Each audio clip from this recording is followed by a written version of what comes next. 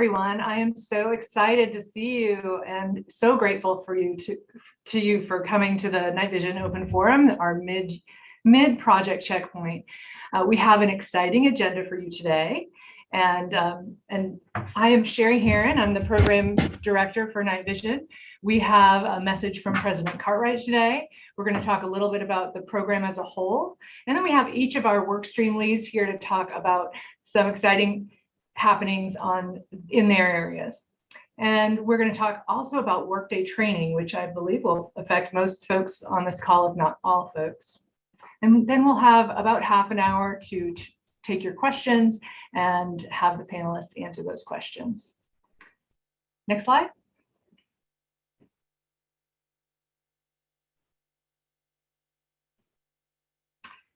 And now I'd like to introduce President Cartwright, who's going to have a few opening words for us.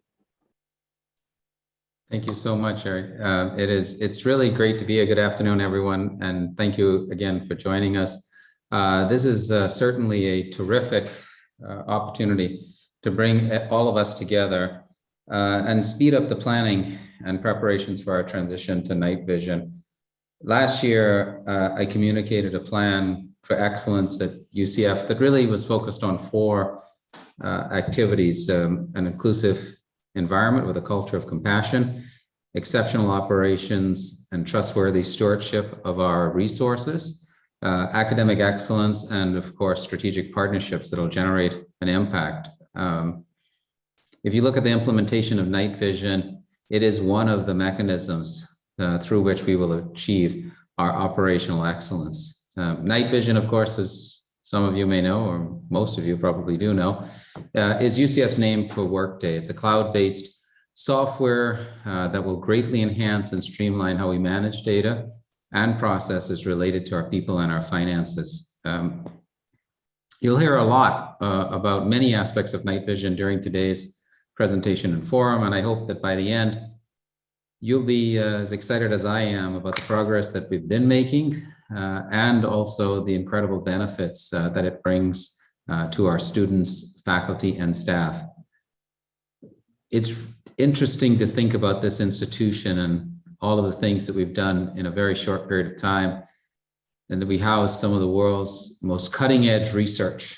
And finally, after this process, we'll actually have some of the 21st century tools that we need to conduct the business that we do as an institution.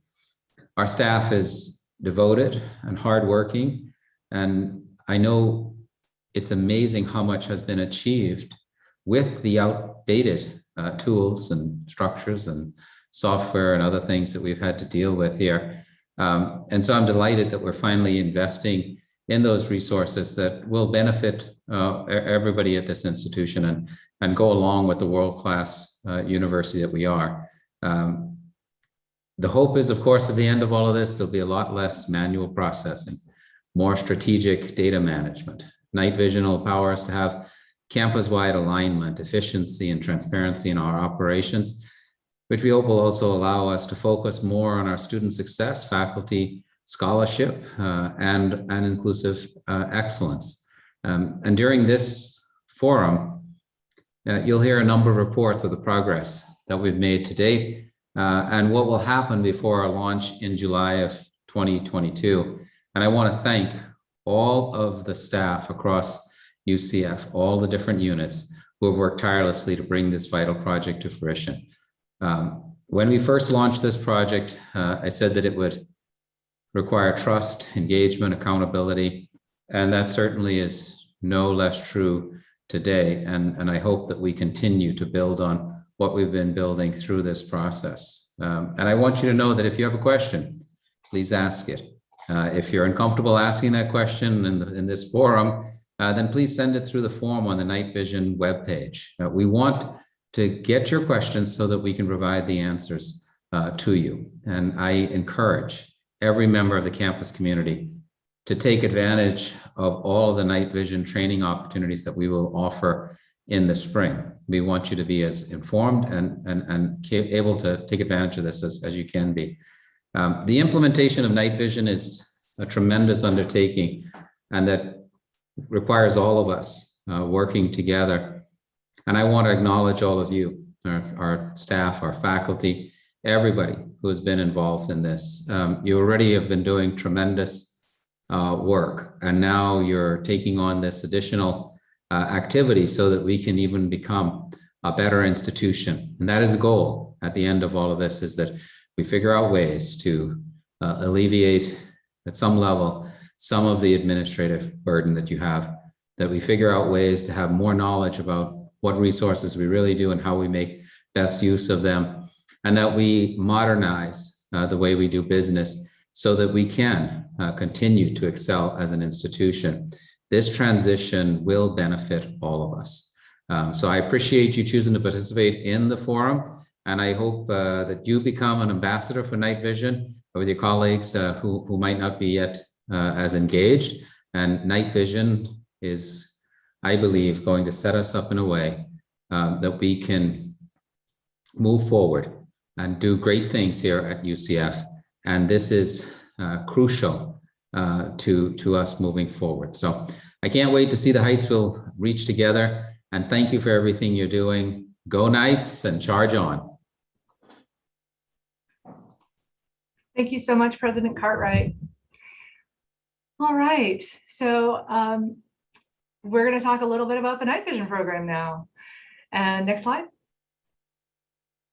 Before I do that, we will talk about how you can ask questions. So there is an icon that says Q&A on your screen. Please use that icon and ask questions. We will be answering questions at the end of the session here today, and you can upvote those questions, and we'll try to answer the most, the ones that are most popular first, and then we'll go from there. If there are specific questions we can answer in the chat, we'll do that as well. So thank you very much for your questions. We want lots of them. Next slide. All right, I just want to reiterate the guiding principles that we're following as we go through this program. So, simplification and standardization. We want to use common practices across the campus, and we want to keep them as simple, out of the box as possible. So that's how we're going about the Workday implementation, and the other elements of the project align with that. So we're trying not to have one-off applications in different areas for specific items, but and where we can, we are utilizing the out-of-the-box functionality. We all know this is going to be a transformative change. Many of you are on the project teams, or you are stakeholders for the project teams, and you have been engaged in discovery sessions or the customer preview sessions, or open forums like this. So it will change everything, or it will change some things for every employee. It will change everything for some employees. So we are so excited about the changes that are coming. Many of them you will welcome, like labor's going away. And you'll hear more about that later on in the presentation. We certainly expect to have measurable results. We'll have data and transparency to that data in Workday. So we'll be able to see how long it takes to do things. We'll be able to see data from across the university, where right now we have that data in different systems for different parts of the organization. So we are very excited about bringing it all into one system, and then being able to hold the project team accountable for making sure that we're serving the university's needs, and then also show what's happening in each of the units, so that the unit owners can be accountable for their own data. So we're excited about it, and these are the principles that we're following. Next slide, please. All right, each of these areas we will have a little bit on later in the presentation. So I'm not going to spend a lot of time here. You know about Workday. Workday will replace Peoplesoft, and there's a lot to Workday. We've got reporting, we've got the HR processes, financials, grants, management. It will affect most of the campus, and it will certainly affect all employees. And the SET project, Service Enhancement Transformation, also affects virtually anyone who works on HR and finance processes. So we're working to align those two projects to make sure that we're in lockstep together. Certainly the timelines are aligned, and the changes we make in SET, we are working to make sure that those are reflected in Workday and vice versa. We are following best practices in Workday, and we're looking to make sure that we have some really highly effective processes and practices and more efficiency in those processes. So retrofits, reporting and analytics, adaptive planning, enterprise tools, and custom applications. I'm going to let the folks who are joining us today to talk to you about those. And we'll go on to the next slide, which is timeline. So here, many of you have seen this slide before, and this is just showing you there is so much work happening all across the campus, and many of the folks on this call are project team members in one or more of the projects you see here. So, and they're all happening in parallel. So many of you are getting questions from multiple teams. Many of you are engaged in multiple areas of the project. And I just wanted to thank you all so much for the effort that you put in. There are dependencies between these projects. So for example, changes to the service enhancement transformation project impacts the Workday project, and vice versa. And so we are working to make sure that we are aligned. And we're looking to go live with both SET and Workday in July. The reporting and analytics work stream, there are multiple areas for that. We have data governance, a data warehouse platform, and data analytics. Those things will be released in phases. So we'll have some additional information and more detailed timelines for that in our next presentation to you. And then the other projects here, the enterprise standard tools, custom Peoplesoft applications, Peoplesoft retrofits, those are aligned with the Workday schedule as well. However, those things will continue past the Workday go live, and we'll see multiple phases to those. Adaptive planning phase 2, which is at the top of the screen, that we will have a second go live in October of 2022. The first one was in, I think, March or April of 2021. So we will, you will see some changes there if you work on budgets. And I think that's all I'll share with the timeline. We have an aggressive timeline, and there's a lot going on. I think that's the point of this slide. And we just appreciate all of your hard work as you're going through this project and your engagement. We appreciate you coming to things like this so that you can hear about what's happening and know what's coming to your areas. Next slide, please. All right, so we're going to talk about service enhancement transformation, and I'm going to pass it to Maureen Binder and Misty Shepard. Thank you, Sherry. Thank you all for being here. I'm going to talk a little bit about SET, and the first slide here shows that we are going to have business centers for the colleges, and there will be one that's dedicated to HR and one that's dedicated to finance. There will be 22 business centers, finance business centers, and then the HR business centers will be based on the size of the colleges. So some colleges may share an HR business center. So what we're doing is we're moving the HR and the finance work into the dean's office and specializing the roles either on HR or finance. We know right now that many employees in the colleges do both HR and finance, and in some of our central offices as well.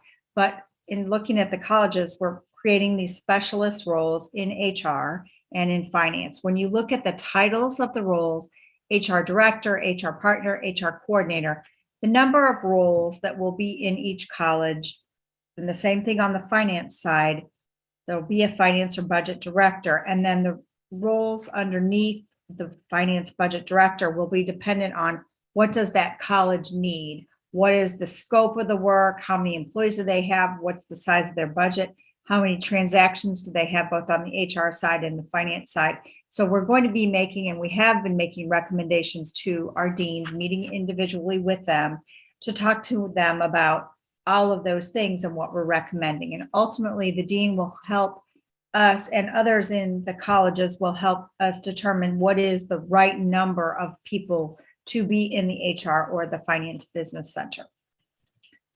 And again, the titles, HR partner, HR coordinator, finance budget analyst, post-award grant specialist, and that's again dealing with just the work of the college, nothing out of the Office of Research. Everything in the Office of Research stays the same. We're talking specifically about post-award grant specialists, travel coordinators, procurement coordinators, all of that work, again, that's being done out in the departments will move to the dean's office under this kind of a structure. Next slide, please. All of those things, both the HR and the Finance Business Center, will be supported by an administrative service center. The administrative service center will have a director, and it will not only support the colleges, but it will also do direct support of the president's division as well as the administration and finance division. So there will be a director of that service center, and that person will be really focused on making sure that deadlines are met, that everyone is receiving the services that they need to get the administrative work done, both finance and HR. And the service center will be dedicated to helping provide backup to the college business centers. And it will also serve the customer care coordinators, will serve to help all of us navigate all of the new things that we will be doing in Workday, provide a resource and help. It will be a place to call to say, hey, how do I find my paycheck stub? How do I do this in Workday? How do I do that? And I know later we'll talk more about Workday, but there are a lot more self-service applications in Workday that we need to provide support for the employees, faculty, staff, and student employees who are using Workday. And I'll turn it over to Misty. Next slide. Thanks, Maureen. So as you can see, we're just getting to the heart of the work.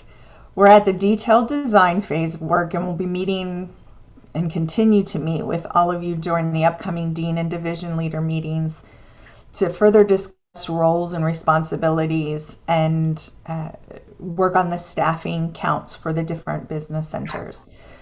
We're also planning for our workforce transition, where we'll be asking you for members from each of your college or division to participate as transition team members. It's an opportunity to get involved and play a critical part in this next phase of the project. The implementation timing of the new operating model is designed to align with Workday and go live July 2022. Due to the need to configure and test new processes in the system and allow time to train staff on revised processes. How the phases of implementation can be outlined are in 7 parts. We have the design and operating model, which was box 1 here, and many of you participated and helped us choose the right operating model for UCF to move forward. Define services.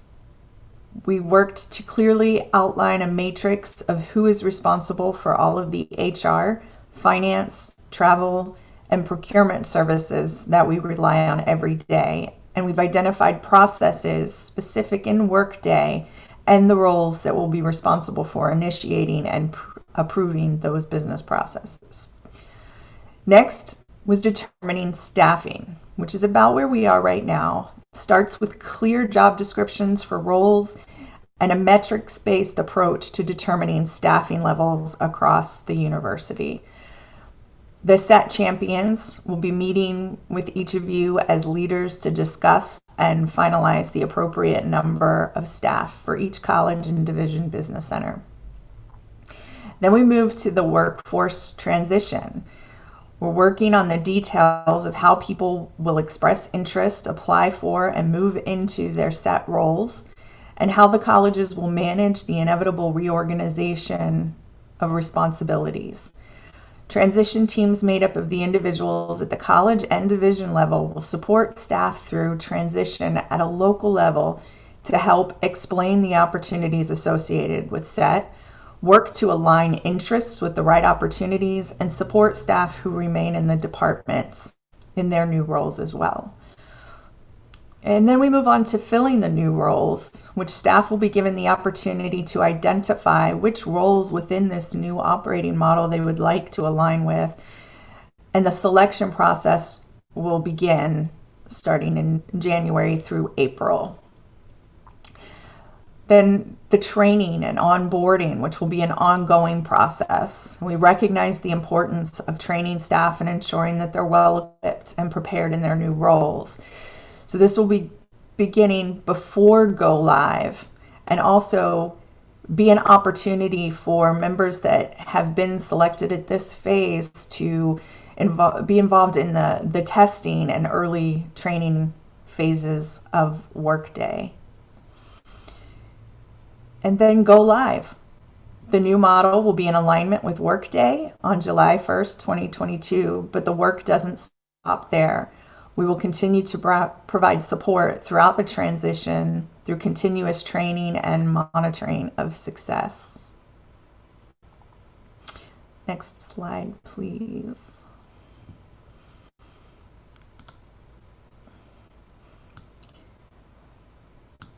And so we have job descriptions outlining set, responsibilities established. We have staffing model and requirements finalized.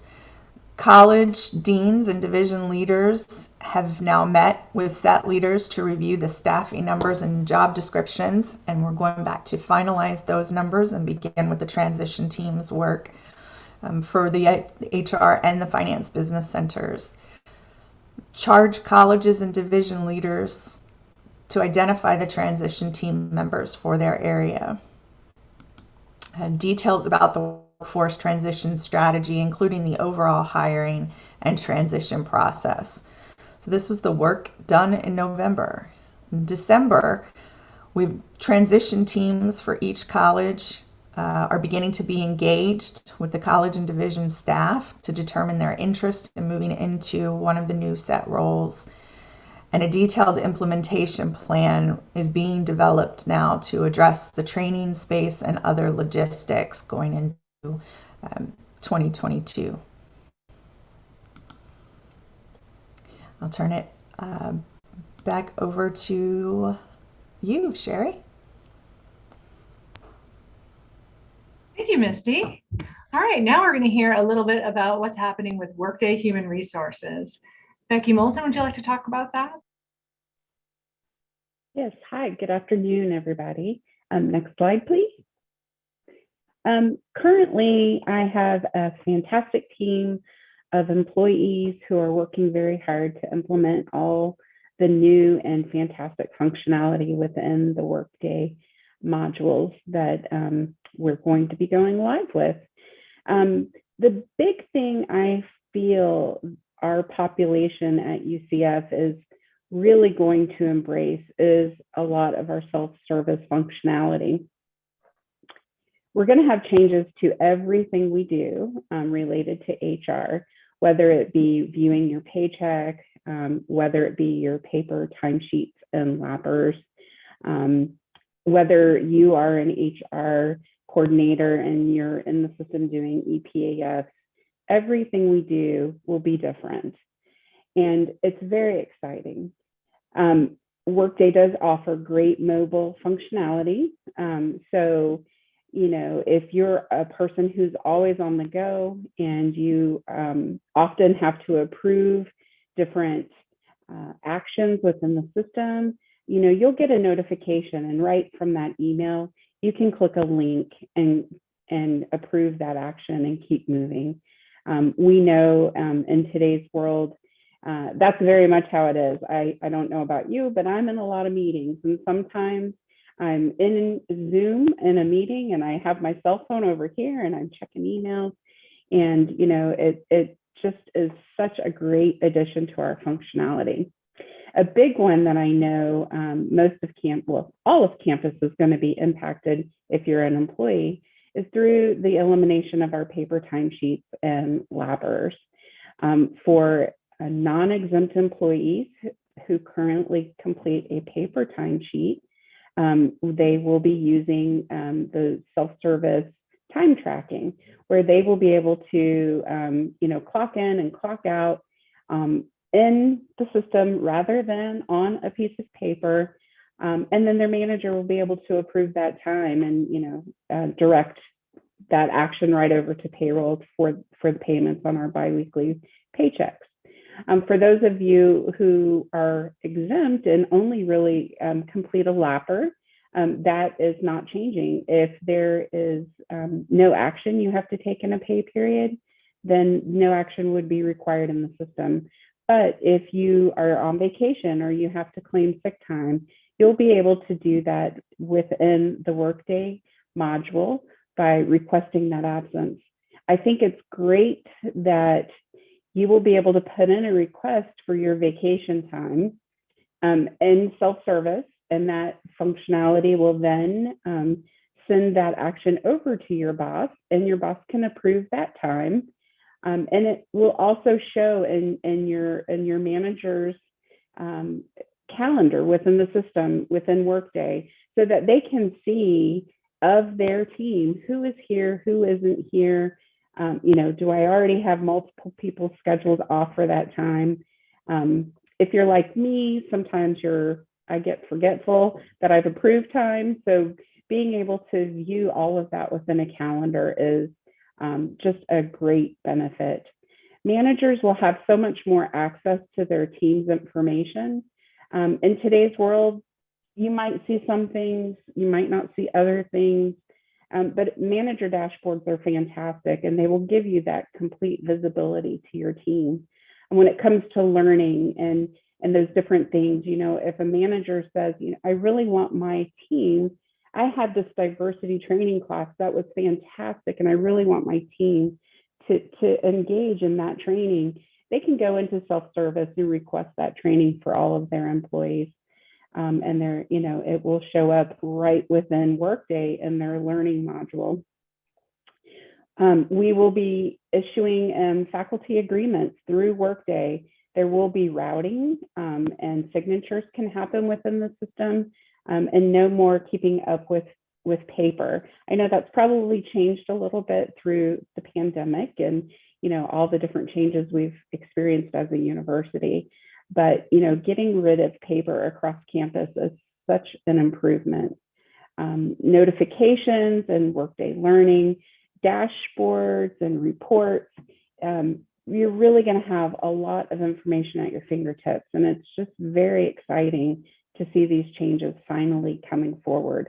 I've had this vision for probably the last 10 years of what I thought we could produce as an HR department for our customers. We just didn't quite have that functionality within Peoplesoft, or we couldn't implement it because of various reasons.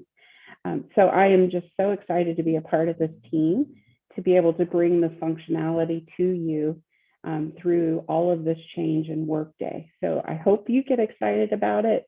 And my team is always here to answer your questions. And that's it for me. So next slide, I'm going to go ahead and turn it over to Tara from the Financials Workstream Lead. Thanks, Becky. Good afternoon. I'm Tara Alcala. I'm the Finance Workstream Lead for Night Vision. And the team and I have shared lots of general changes and benefits with these with the forums we've had in the past. But now that we're midway through the Night Vision program and winding down our configuration work, we want to take this opportunity to share with you a few specific changes that we think you all can relate to and look forward to. First, today, most of the finance community use Excel to develop and track the budget for various types of funding. In Workday, we're going to use certain work tags, one specific one called designation, to track these different buckets of budget and spend. There are a lot of other exciting changes with expense reports, but the biggest is that they will be done in Workday. No more paper packets to route around for approval and signatures. And then today, the process to spend the funds the foundation has raised for the university, we all know that's not efficient. It's not efficient for any of us to manage that or the foundation. And Workday will use gift work tags to spend foundation funds directly, which will cut out a lot of the manual reimbursement process and paperwork. The purchasing process for the community, or for the commonly purchased goods, things like office supplies, will be more streamlined with the use of punch outs. Punch outs are simply just online purchasing platforms integrated with Workday for our high volume types of suppliers. Using this feature automates the rec process, essentially expediting the end-to-end purchasing. And then with asset tracking and Workday, that'll include attractive assets. Today, we route our capital assets through the system, but tomorrow in Workday, we'll be capturing all of these asset purchases. Things that are attractive or easily can get lost, or items such as laptops, or even those things that certain departments need to track for their record keeping, things like university police equipment. And then budget development and planning and forecasting will continue in our adaptive system, but the adaptive system will be updated to integrate with Workday. We have a new foundation data model we've shared with the community a handful of times at this point, and that model will have to be updated and adaptive, and it'll be taking advantage of all of the work tags that we have in Workday, which essentially will get us away from preparing our budgets and doing our analysis and whatnot all in Excel. And we're getting a little taste of adaptive today on how we develop budgets, but tomorrow it's going to be a lot more powerful when we're in alignment with Workday. And then the project work tags on Workday will be used for more than just capital projects, but other activities that carry over from year to year as well. Things like IT projects, building of assets, and other initiatives funded by ENG Carry Forward, just to name a few. And then for all of our auxiliaries, you'll be excited to hear that cash sales will be recorded in Workday directly, not tracked with manual forms routed to another office to do that record keeping on your behalf. That'll just make the process easier to record the revenue more timely. So as you can see on these tiles, I have statements of what's going to change and the benefit of it. And there's a lot of common themes here. The financial transactions in our systems are going to be in our systems and not in Excel. So a lot more visibility and transparency. And we're doing away with a lot of manual processes, essentially better utilizing all of our time. And there's lots more that we can share, and we'll be sharing more in future forums, but this is just a little tidbit of how we've come thus far and what we have to look forward to. Look forward to sharing with you all later, and feel free to reach out to any of us on the Night Vision finance team to ask questions. I'm going to turn it over to Michelle Greco, our workstream lead for grants. Thanks, Tara. Good afternoon, everyone. As Tara mentioned, my name is Michelle Greco, and I am partnering with Lynn and Libby on the grants team. And we're here today to spotlight some of the enhancements that Workday will bring for the grants operations. I'm not sure how we can top some of the great enhancements in the HR and finance areas, like no more paper timesheets and no more paper packets for expense reports, but we're sure going to try. So thanks, Tara and Becky. For the grants, we will have real-time facilities and administration expenditures posting to the budget or to the ledger with each expense posting. It will no longer be an overnight process. So your budgets, in theory, would be in real time. Our financials, this is a good thing for definitely for our team. The financial system will continue to be integrated with the Huron Research Grants software, so that we'll continue to be able to use the HRS functionality, as well as the reporting and the other processes when we go live with Workday on day one. When we went live with Peoplesoft Grants, there was I think it was like a 7-month delay between implementation of Peoplesoft Grants and the integration with our HRS research administration software. So happy to hear that will be coming on day one. There'll be improved processes for generating sponsor invoicing. Workday, as I think Becky and Tara highlighted, the Workday reports are going to be drillable, so that will allow the campus to access the grant transaction details, such as the expense reports, the AP invoices, internal sales, and any adjustments to those operating transactions in a more easily accessible manner. Another big change with Workday that's coming is financial aid grant awards will also be in the grants portion of Workday for enhanced reporting. They are not in the grants module in Peoplesoft today, so that's really exciting. Dashboards and grant hierarchies will be set up in Workday, and that should allow the users to view or report on all of their grant financial activities in a more easily accessible manner. And let's see, and as the others have noted, there will be improved business process workflow notifications within the system. So those are just a few of the things that we wanted to highlight today. So thank you so much. And I'm going to turn it over to Brad Smith, who's the Workday Technology and Integrations Team's lead. Thank you.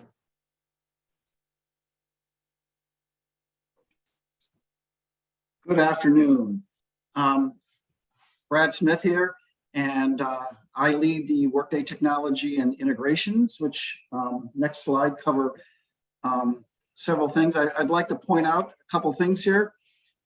We are implementing a little over, I think it's 143 integrations with third-party systems. And like Michelle had mentioned earlier, we're going to be integrating with Huron, we're going to be integrating with Canvas, and of course, we're going to be integrating with the Peoplesoft campus solutions.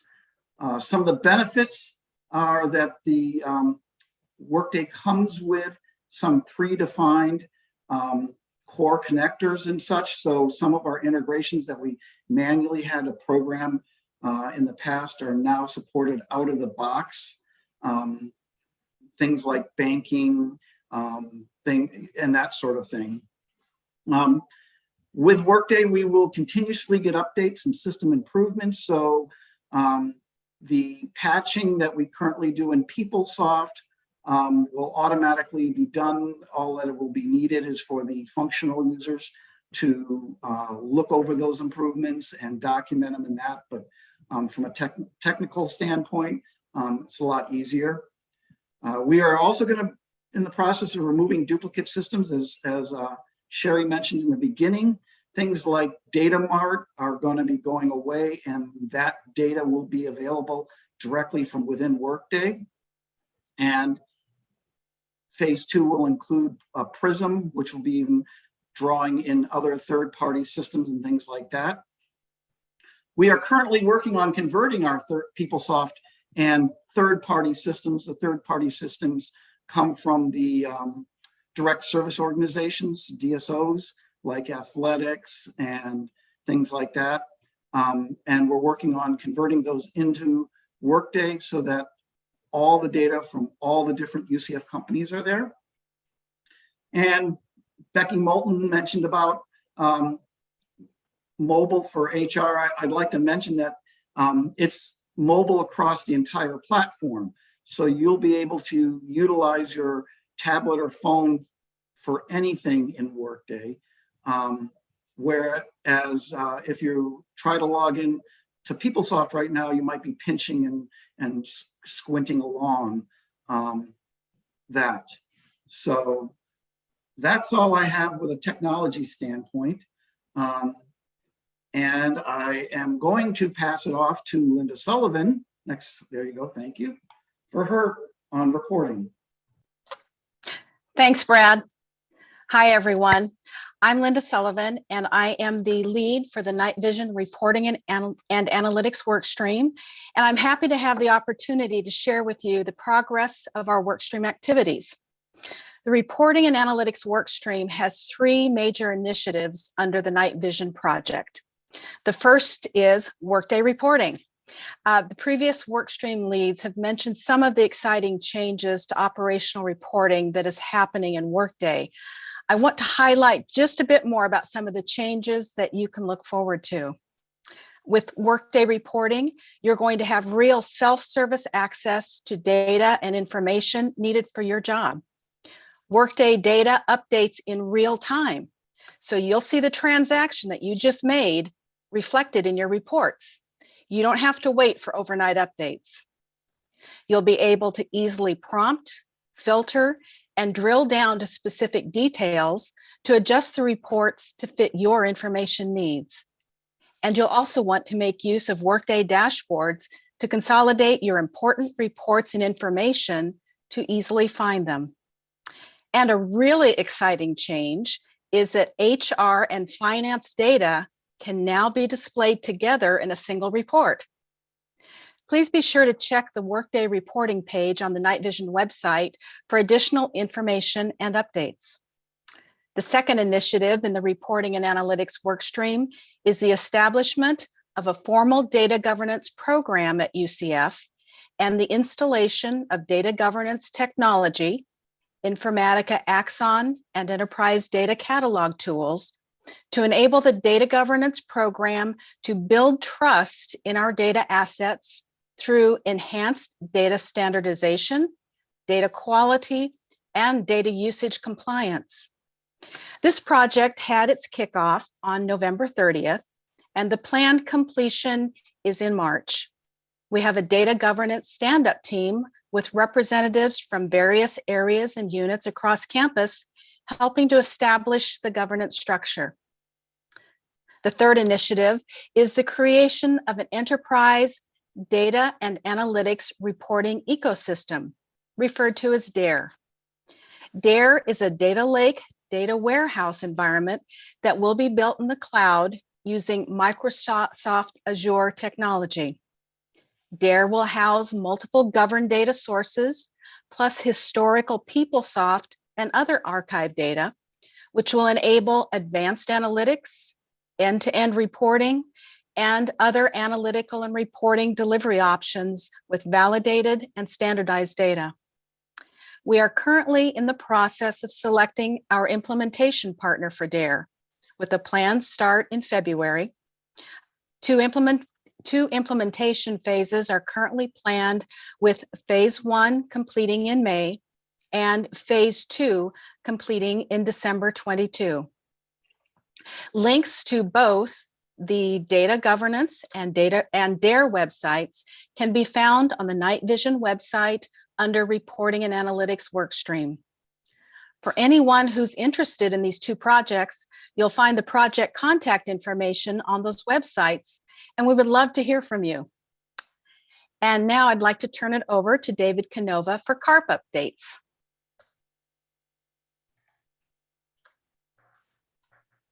Thank you, Linda. Hi, everyone, and good afternoon. I'm David Canova, and I'm the Workday Implementation Lead for the Night Vision program. Next slide, please. I am here to give some information on the Custom Application Replacement Initiative, otherwise known as CARP.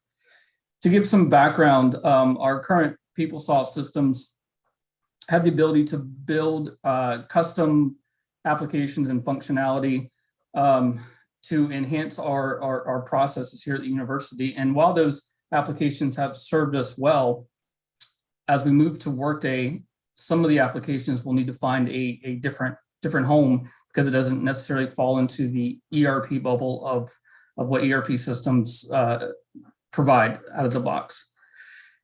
And over the 20 years we've built those applications, the CARP initiative is to review the applications, determine if Workday will be able to meet the need for the functionality, and if not, try to find a third-party system and to replace that functionality that's commonly used across industries and across other universities.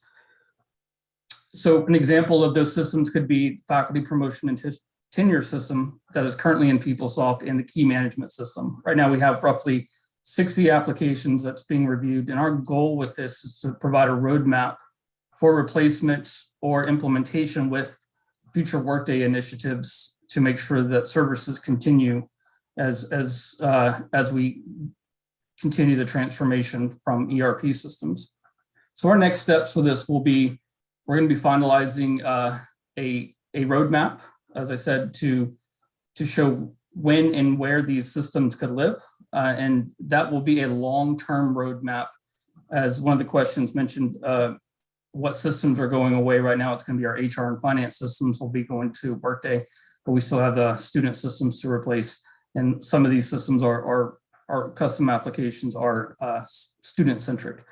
So we will be building out the roadmap and coming up with the plan to replace those applications here on campus. And next slide, please. And with that, I'll turn it over to Varsha Doss to talk about Peoplesoft Retrofits. Thank you, David. Hello, everybody. I am really happy to present the Peoplesoft Retrofits project to all of you. I've had the pleasure of being associated with the implementation of Peoplesoft applications for UCF, and I'm proud to be part of this night vision project and have this opportunity to present the Retrofits project. So the goal of the Retrofits, the Peoplesoft Retrofits project is, in a few words, is to ensure continuity. We need to continue to provide student services like enrollment and financial aid disbursements for our 75,000 students. We need to be able to provide integrations between Peoplesoft and Workday, maintain services for our faculty and staff, and continue to provide mandatory reporting for financial activities, students, faculty, and staff to the Board of Governors and other entities. While it's, there's a lot of work going on under the hood to provide this functionality, and these 4 statements involve a significant amount of work. For example, because HCM and finance are going to Workday, we'll be breaking the integrations between Peoplesoft Finance and HCM and Campus Solutions, and we have to rework those integrations to send journal data, refund data, et cetera, to Workday. As David just pointed out, there are multiple custom applications that we have on both HCM, finance, as well as Campus Solutions that need to continue to provide those services to our faculty and staff. So we are working hard to ensure that those applications work. And in order to do that, we need to ingest data from Workday, some HR data from Workday into Campus Solutions to be able to provide support to all of these applications that are currently on our platform and that will be moving onto the platform. A big change that you will see is that we are incorporating the Workday financial data model into Campus Solutions, so that when you pull data across all of our applications, they speak with the same financial language. So while we will be using Peoplesoft chart fields, they will actually contain cost center, division, all of the work tags, not all of them, 9 of the 13 work tags that you will be seeing in the Workday. So on one campus, if you're pulling data from, whether you're pulling data from Workday or Peoplesoft, they need to line up with the same financial structure. So that's a big change that we are incorporating, which needs a little bit of rework for on the Campus Solutions, specifically student financials and financial aid. I also wanted to spend some time asking your help to be thinking about what you can do to prepare for these changes. I know that many of you have departmental reports and queries that you pull from Campus Solutions and other systems and develop management reports for your areas. I'd like you to think about them and let us know how we can help you understand what changes you need to make so that they still work for you going forward from July 1. I would like you to think about and review potential business processes that you might have that will now bridge from Peoplesoft Campus Solutions over to to Workday and bring those ideas and changes to us and discuss it with us through all of the various formats that Night Vision has provided for you to give input. The main thing is to understand that while in the past, Peoplesoft used to support both employee and student data, going forward from July 1, we will be providing data to the campus only for students from Campus Solutions, and the source of data for employees will be Workday HCM. Campus Solutions is and will continue for a little while to serve as a historical reference point for person data. So there's a lot going on. I cannot go through all of it, but I welcome your input at any time. If you have any questions today or anytime in the future about how things will work across these two platforms, please feel free to contact us.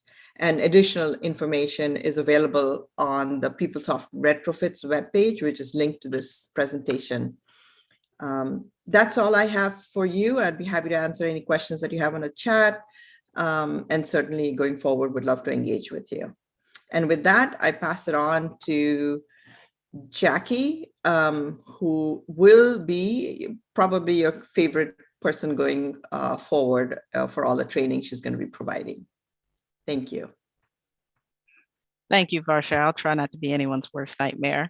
Good afternoon, everyone. My name is Jacqueline Lewis, and I am your functional training lead for the Night Vision program. Today, I just wanted to provide y'all with a training update on what's going on and what to expect in the coming new year. Next slide, please. We've currently been really active, especially this fall in the configuration and prototype phase. We have completed our end user training strategy. We've collaborated with all the work streams on what exactly the changes are and what the training needs will need to be moving forward.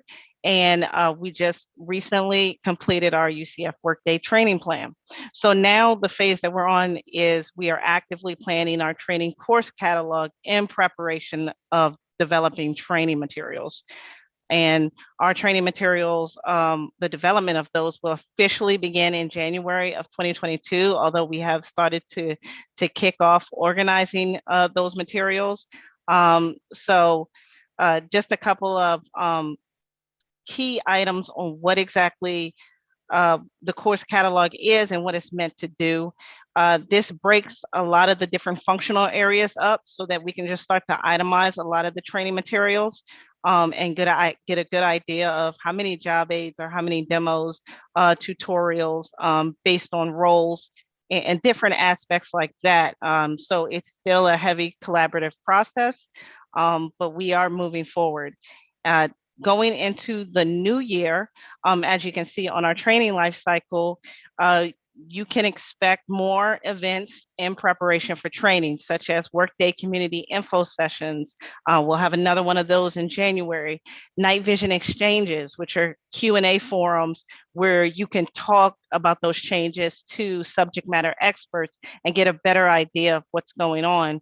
We'll also, in the interim, have pre-training webinars or user experience sessions for more targeted audience groups as well.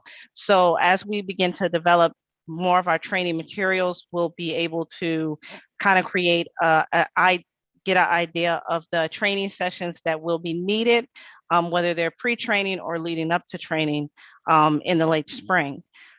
So this is really a more high-level general timeline update, but during that test phase from January to June, it's going to be really significant. That's when you're going to get a lot of engagement from us. We're going to be implementing a lot of training communications as well. So just continue to check the newsletter, continue to ask your questions so that we can ensure that you're receiving that information moving forward. Next slide, please. So one thing we want everybody to keep in mind is that this This will be just-in-time training, as is very common with a lot of system implementations. We really want to encourage an active learning environment, which can really ensure that you're learning those different system processes as well as practicing them, so that your knowledge can be retained in those various areas. So what exactly will training look like? Well, we're trying to accommodate a lot of various work styles and learning preferences. So we're going to be offering a combination of real-time learning and on-demand learning. So for real-time learning, you can look for things such as learning labs, virtual webinars, instructor-led workshops, even some office hours to get that one-on-one consultation with the subject matter expert. For on-demand learning, which means you can access these materials and these resources more as if they're open educational resources. So that would be job aids, interactive tutorials, demo videos, tenant practice. And when we say tenant practice, we're referring to like an actual training environment that allows you to simulate those actions, user guides or cheat sheets. So these are all various resources that we plan to develop and create to accommodate the different learning styles and work styles moving forward with training. Next slide, please. So I know one question that had popped up in the Q&A was, well, what can we do now to prepare?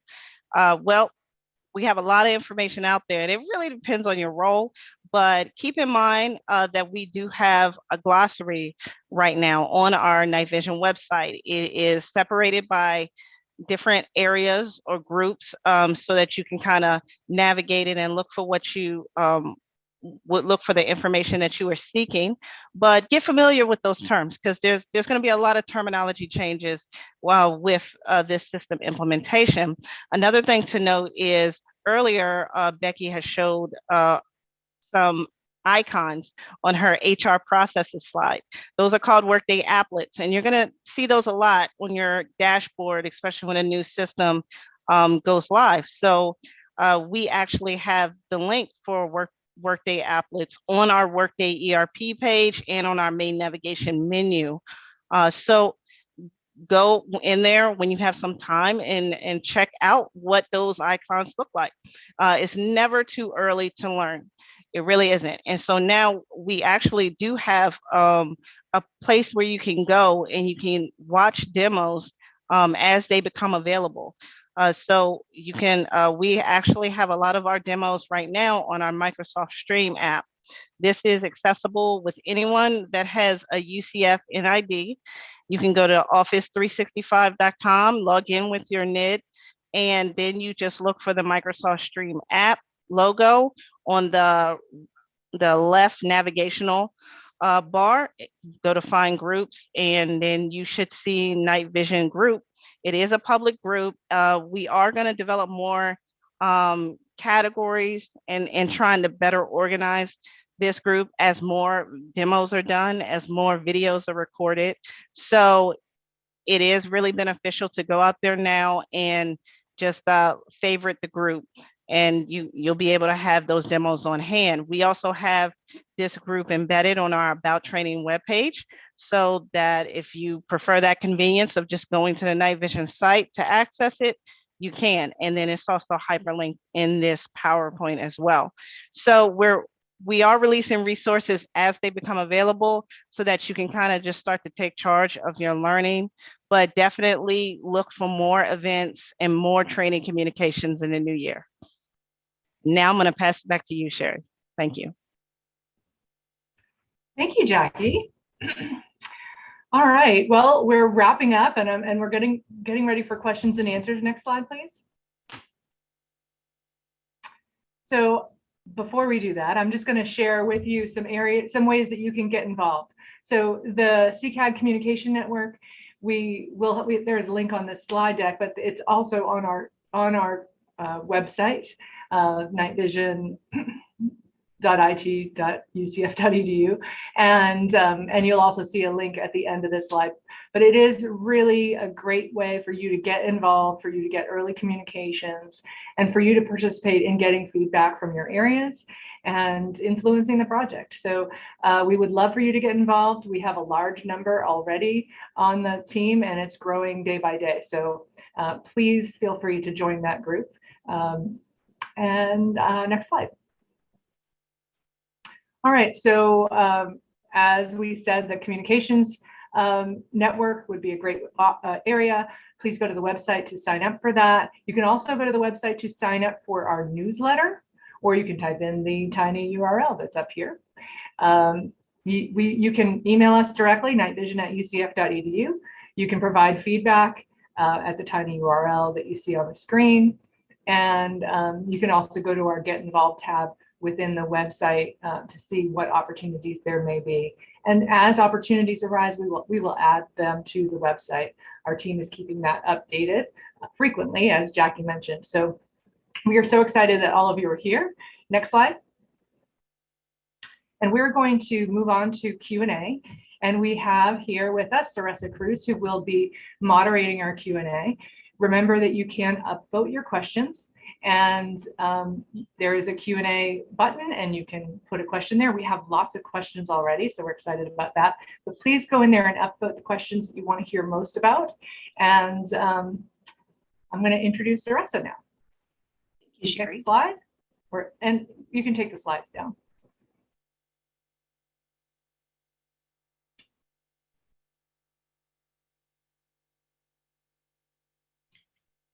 Just wait for the panelists to join us. Our panelists are here to answer questions, and Sarissa we will be delivering those questions. Thank you. Start out with Maureen Binder. It sounds like this plan will do away with the original compensation project that was never completed. If this is the case, will the university officially translate this? It also sounds as if the classifications of folks may result in them being in a pay grade that is much lower, which will result in salary caps. I know this process is not meant to promote or demote anyone, but it does not sound like a career progression path has been mapped out. Please advise. Thank you. That is a really good question, and I've answered parts of this question in different forums, but this is probably the most comprehensive question, and I'm happy to address this. So the positions that we've talked about in the business centers, both the HR and the finance business center, as well as the administrative service center, we are putting out to our employees who are already in these roles. We started out with the HR director, and an email from me went out yesterday to anyone who is currently an HR advisor or has an HR title like HR director, HR assistant or associate director, HR generalist, HR business unit manager. An email went out asking individuals to express interest in the HR director jobs. So we're getting that level settled first in the HR business centers, and anyone can express interest in any college, right? Or in the administrative service center in the HR roles. However, just because those employees received that invitation doesn't mean it cannot be forwarded to other people. But we had to start out with who is getting this invitation. So that's what we did. When we go to fill the other roles, and there was a question down in the Q&A that asked about, it sounds like, people have to apply for their jobs. What we're going to do is go to individuals who are currently in the roles that they're doing some HR work, some finance work, maybe some administrative work, some academic support work. We have a lot of people who wear a lot of different hats, and we are going to ask individuals who have security access in Peoplesoft to either finance or HR to express interest in a role. We will then look at those who have expressed interest And we will look at their background and their experience along with individuals from their college transition teams. And I'm using the term transition team because each college and each division will have a transition team, because we understand that many of our employees want to remain in their colleges or in their division, and they want to be working with the same people that they've worked with for a long time, perhaps. So we think it's really important that the college have a team to help individuals explore the roles that will be in these service centers, as well as if someone takes a specialist role in the HR or the finance business center, but they also do other work, what happens to that other work? Where does it transition to? But once we have an idea of who wants what kind of a role, then we will look at that whole employee, and every employee is different. Their title might be different, their current experience might be different, their salary might be different, and their classification might be different. We're not changing anyone's current salary. No one will take a pay cut. But what we will do is look at what classification and what salary grade they would be moving into. And we're going to need to normalize some things, whether that's up or down. And I don't mean down because no one's going to take a pay cut. Please understand, no one's taking a pay cut. However, if you are making $1 million and you're moving into a role that makes $1, you might not be getting a salary increase on your $1 million salary. And that's a ridiculous example. And I use that just because I don't want anyone thinking, oh gosh, I'm going to eventually not get a salary increase. There are many, many factors here. And our goal is to build out levels for each of the different roles, as well as identifying what the professional development opportunities will be for training and for growth, not only in the HR and finance area, but we also talk about in the administrative service center, those roles. This is a long-term change, and it's a complex change because, again, everyone is at a different place in their career, and these individual transition plans need to be just that, individual. There and working with the folks in your college. Right now, each dean has until Friday, December 17th to let our project team know, our set champion leadership team know who they want on their specific college transition team. And we will begin training those transition team members in January, providing them with information and tools to help them talk to employees who are currently in these roles that are where they're wearing multiple hats. As far as the compensation project, and I answered it this way in a prior meeting, our first priority is Workday and SET. And I think for these roles, we will be able to get an idea on where people should be based on the work they're going to be doing in this new model. We also are making some changes in our compensation processes, and those people that are identified as HR directors in the HR Business Center, we're going to be giving them tools to help us finish some of the compensation project that we did not finish. And those decisions will be able to be made more locally with guidance from central HR and tools from central HR. And also knowledge of what that college can afford based on their budget director and their dean understanding the HR piece and then being able to plan with their budget. So I hope that Maureen. Is a good answer. It's a very thorough answer. Thank you, Maureen. And the next question is for Misty. Will any HR finance travel staff be left in the departments, or will all those personnel be moved to the business center? And then a follow-up question to that is, where will the service centers be located? Thanks, Sarissa. So this is about the roles that you serve. And so if you are in the role of the HR director, analyst, or anything in that operating model, including the travel procurement coordinators, if that is the role that you're serving, you'll be moving to the business center. The business centers are meant to be embedded in the colleges so that they are part of the culture and part of the team within the colleges. So logistically, it'll be up to each individual college and the HR or budget directors on exactly how to position people, especially in this changing environment with remote work. There's probably lots of different ways that physically people can be shifted to work together.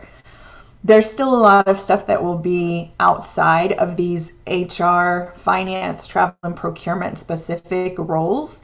And so the work beyond these roles, outside of these roles, which is a long list, there will still be people that need to serve these roles, and those individuals would still be existing closer within the departments, both reporting wise and logistical wise.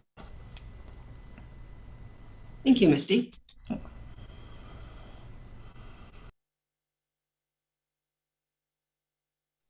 The next question is also back to Maureen.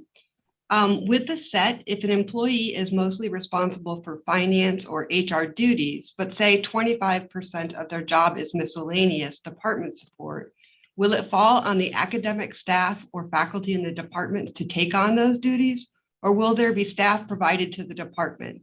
Things like computer issues, event planning, staffing, the office, answering the phones, etc. Thank you. I think actually each college may end up doing something different, and that's part of the role of the transition teams, because those transition teams will come from the college or the division and will understand all the work that goes on in the division or in the college, and they will help make decisions on how to realign the work. Thank you, Maureen.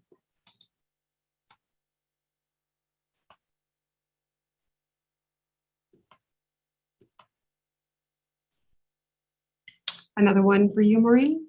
What about the employees who are still waiting to hear about a current reclassification? Some of us have a reclassification for their current position in the queue for more than 2 months now, and still have not heard anything about it. Okay, that's a good question. And I guess I would say that if your reclassification has to do with doing HR or finance work in your department or your division, and I saw another question in the chat about something to do with, are we freezing HR positions? And so that answer is no, we're not freezing HR positions or finance positions, but we're being very careful that when one of those position types open up because someone has left or retired or whatever it might be, we are taking a close look at what are the duties and responsibilities that need to be filled. And we're working with the college or the department to help them structure the new position description going forward so that it's in alignment with where we're going with set. As far as reclassifications that are still in the pipeline, I just need to tell you and be just transparent that we're short-staffed in HR, just like many people are short-staffed. We've been hit by some turnover, and we are refilling our compensation department positions as fast as we can and getting those folks up to speed and training them. Things have been a little behind, and I apologize for that, but we're doing as best we can. The other thing I would encourage you to do is go to your supervisor or your current HR contact in your college or your department and ask them to check in with central compensation just to make sure your college has sent everything in to central compensation to make that they need to help get your reclassification finalized. Thank you, Corinne. The next question, I'm going to ask Misty to address, but Maureen, you may want to chime in as well. What will happen to those of us who have been with UCF and close to our retirement, but we don't get rehired? Is there any preference being given to older employees who are having the rug pulled out from under us? First, I'd like to say to whoever asked the question that I'm sad that you feel that that's what's going on here. This is not going to pull the rug out from under anybody. This is just meant to realign work, which there is plenty to go around. So this isn't eliminating people or reducing the head count. It's just looking at the task loads and realigning that it's more of an HR. If you're more of an HR function, that you are trained and specific to HR functions and the roles and tasks that you'll be performing in the university process for that. And the same on the finance side. It's not about having people need to apply or get rehired. Again, this is a different type of project that is more about realigning the tasks and workloads. I hope that I would also say provides that comfort. we would really need to do this because of Workday anyway. As Becky and Tara have said, Workday does not function anything like PeopleSoft. So the processes are going to be very different. The way we complete tasks is very different. So we need to realign the employees to do the tasks in the way Workday operates. I see that our provost is on camera now. I think he'd like an opportunity to address as well. I just want to pitch in. The question makes me a little sad too, for the reasons Misty and Maureen said. But really what I wanted to say was, we have good people. We need good people. We're going to need good people after we finish setting up Workday and all this set stuff. You're good people. Please recognize that we need you, and don't quit on us in fear. It'll be some changes, but it's not like we're going from our employee number now to half the number. It's nothing like that. It's a change. It's redistributing work and changing some work. But my goodness, we need our good people.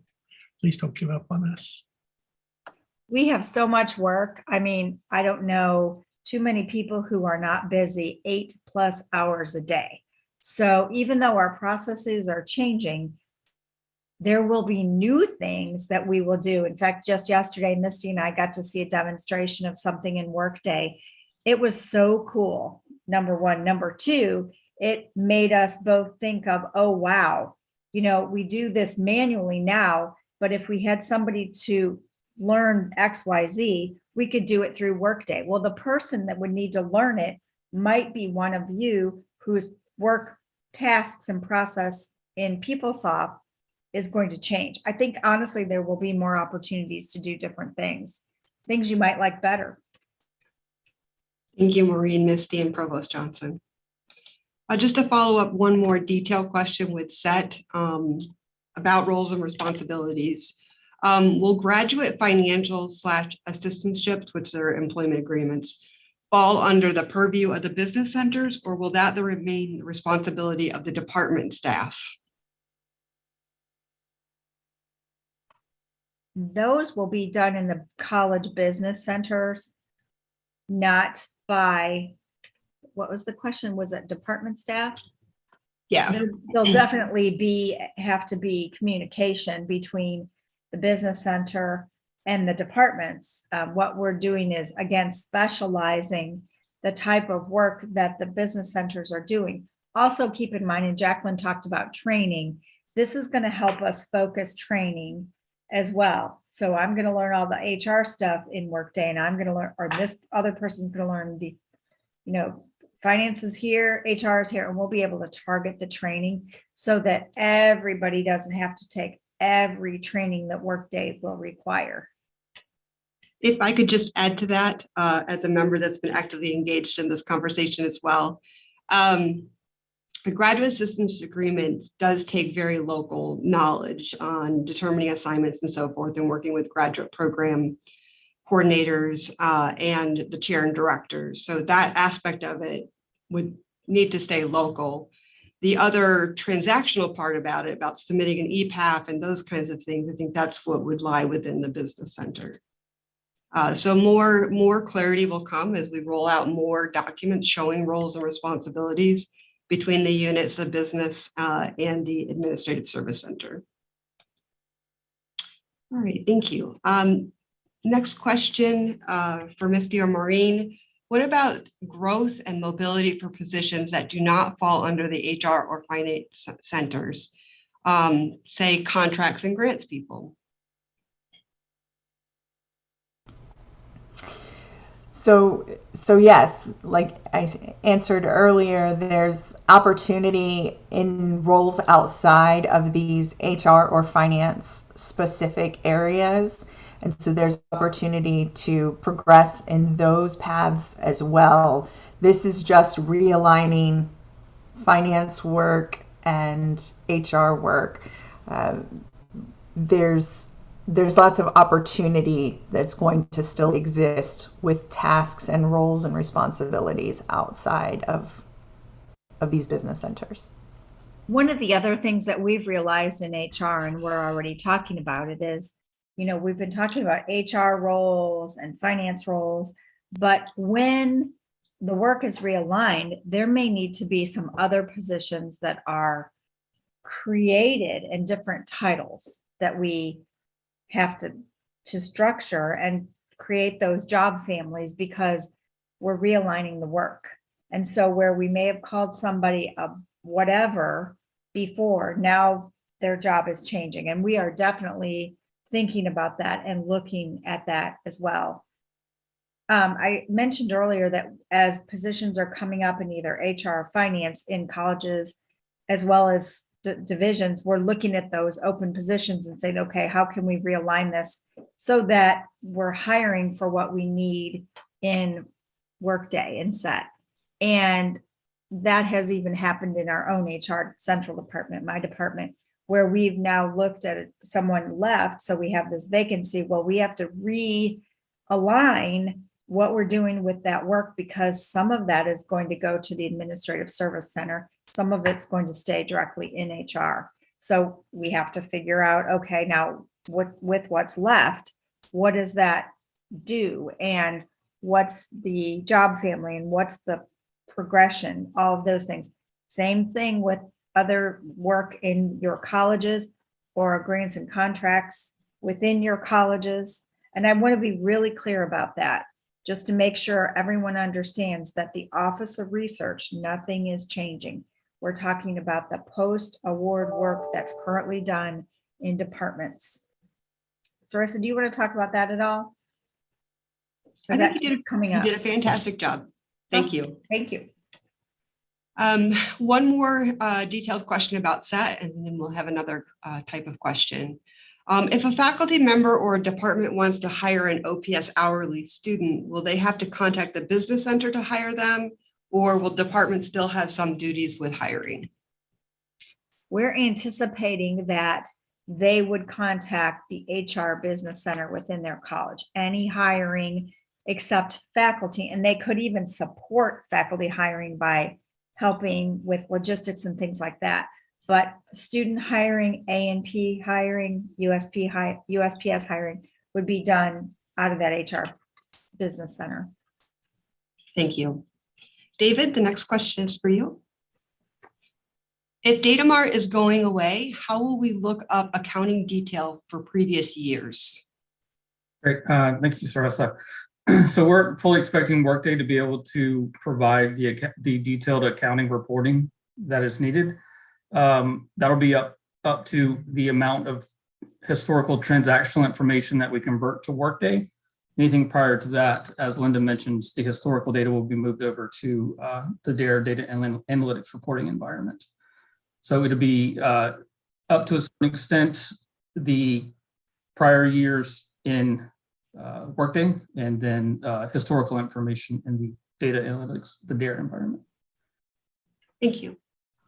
Misty, got a question to go back to your comment about remote work.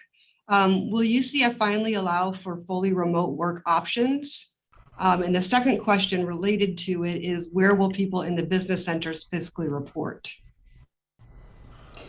So yeah, I know that's kind of a hot question for a lot of people, because we're in such an evolutionary period of how people do work. I I think to be able to address what the university will do going forward for all employees is probably a little premature and would be outside of something I could speak to. But I do know that these conversations about acknowledging how people work differently now and the technology enablement that's going on in all the industries, including higher education, this will be an ongoing conversation. I would second that. I would tell you that we have asked our implementation consultants for SET and Workday to keep in mind that in the future, we may want to be more hybrid or more remote with what technology that we're going to use to support our administrative efforts. But I will say a lot of it's going to depend on the nature of the work and who the customer is and how to meet the customer where they're at. And this is Matt. Maureen and I have been talking about this, I don't know, for a year, Maureen, at least, in various debates and forums. We're very supportive of this. We can do this today situationally, again, based upon the nature of the work. Some can be fully remote, some can be partially remote. So we have mechanisms for that today. I think one of the challenges as we move forward post-pandemic, there's a sociological issue where we don't have the same technology on premises in the house, and getting people in the conference room so that people who are remote can have the same or comparable experience to people who are here. Saressa, at the beginning of our prep session, she said, I'm here to show what it's like to be in the office. And it's a different experience when you have a bunch of remote people and you're in the office. And I don't think we have the sociological structures, the training and the equipment necessary to have the highest fidelity, but I believe we're all supportive in moving in that direction, because that's a nature of a competitive workplace. You'll see me at least standing very much forward as an advocate for this, but I also caution you as a remote workers, you do lose something staying at home and not being at the campus, because I'm here in higher ed because it's brilliant to be with our faculty and our students. So there's a lot to be considered there, and it's a great question. Excellent. Unfortunately, I've been asked that this will be the final question, and maybe we don't have any other questions. But for Provost Johnson or Maureen, are there any plans to eventually have a set style reorganization of the academic support staff currently in the departments as well? Well, you know, I heard an answer to a similar question earlier that I agreed with. You know, as the business service centers form in the colleges, it's going to involve some people currently in departments who are doing some work in other areas, and the colleges and departments are going to have to handle that. At the moment, this looks to me like the kind of organizational question and a division of duties among people that really ought to be carried out inside the departments. We did the SET project because for two reasons. I mean, the fundamental reason is that we had a lot of business processes that are going to change as a consequence of Workday. And we needed to have some organizational structure that would rationally support that change. I'm not aware of anything that would change, how we think about textbooks, how we advise students, how we help a student who's got some problem, which we, you know, as somebody in a department understands would be answered in financial aid or somewhere else. So I can't see today that there would be some central interest in kind of driving how colleges and departments organize the remaining activities. Maureen, you might have a different thought, and Saressa, you might. I mean, that's how it looks. That's how it looks to me today, anyway. I totally agree with you, and I think, you know, it is a college thing, how they organize that work. And I know that different colleges have it organized differently now. So I think it's again, who are your customers? What is the workforce like? How do we best marry the two together? And I'll just add to it, I think, just as you're trying to speak to, the point is that we're trying to figure out the best way to provide the services and to create the environment that's best for our employees that are providing those services. And location matters, especially in supporting students and et cetera. Being there and being able to help a student right away is a key factor in successful service for students. I would see that staying locally as well. Thank you all so We'll turn it much. back over to Sherry. Oh, thank you very much. And thanks panelists for being willing to stay and answer questions. And thank you to all of the participants for staying through the whole thing and asking so many great questions. We do have a number of questions that were left unanswered. We will be answering those and posting those to the website. So stay tuned for that. Thank you again for attending. And I hope you have a wonderful holiday break, and we'll see you next year. Thank you all.